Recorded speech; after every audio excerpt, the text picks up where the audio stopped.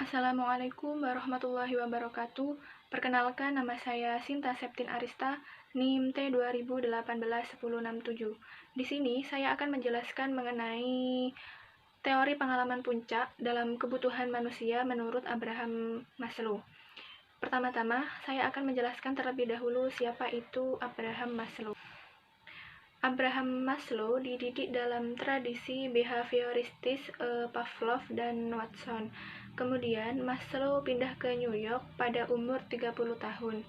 Selama hampir 30 tahun, Maslow ini mengajar di Brooklyn, kemudian di Universitas Brandeis, dan mengembangkan teorinya tentang motivasi manusia. Maslow ini yakin bahwa orang gagal dalam mencapai kemampuan manusiawinya itu karena penyakit Yunus. Teori Maslow tentang kepribadian dibangun atas kepercayaan yang optimis. Dari beberapa tulisan Maslow yang sedang bertaburan itu ada dua istilah yang paling khas, yaitu aktualisasi diri dan pengalaman puncak. Nah, kedua teori ini dapat digunakan sebagai dasar teori kepribadian umum. Di sini, yang pertama saya akan menjelaskan mengenai teori aktualisasi diri.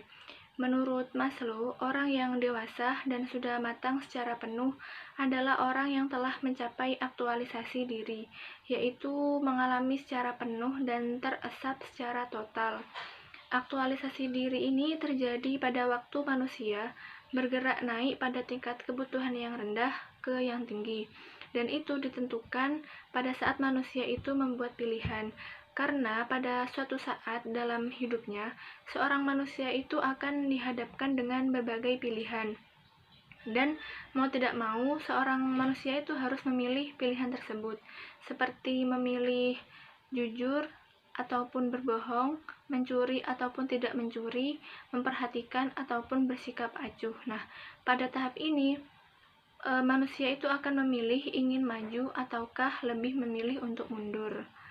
Orang yang teraktualisasi dirinya hidup oleh pertumbuhan motivasi yang dapat menjadikannya itu untuk bergerak lebih maju.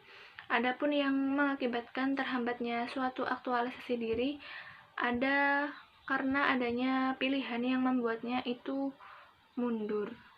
Pilihan yang hanya bertujuan untuk menangani masalah, mempersiapkan diri untuk masa depan, atau bertahan melawan ketakutan dan kecemasan.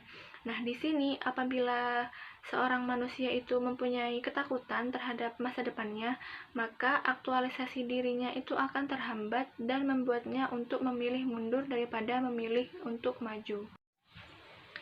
Kemudian yang kedua yaitu teori tentang pengalaman puncak. Nah, di sini Maslow itu berpendapat bahwa orang yang besar dalam sejarah Islam adalah yang memiliki pengalaman puncak, di mana orang itu merasa bersatu dengan alam raya saat-saat di mana spontanitas itu mulai meningkat.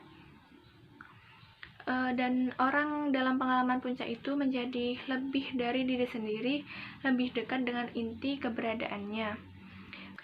Dalam pengalaman puncak, itu tidak hanya dunia tampak menjadi lebih bagus, tetapi kejahatan juga dianggap perlu atau wajar. Nah, pengalaman puncak ini tidak sepenuhnya terjadi dalam hal keagamaan, melainkan juga kadang bukan bersifat keagamaan. Pengalaman puncak ini merupakan inti daripada agama. Maslow ini berpendapat bahwa sistem keagamaan itu sama, berdasarkan tempat, bahasa, dan kesukuan.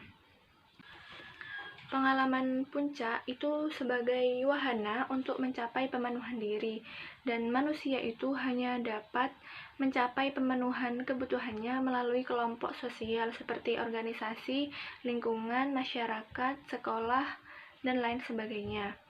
Nah, di sini Plato juga berpendapat bahwa pengalaman itu biasanya terjadi pada orang yang telah berumur, seperti orang dewasa, orang tua, dan lain sebagainya.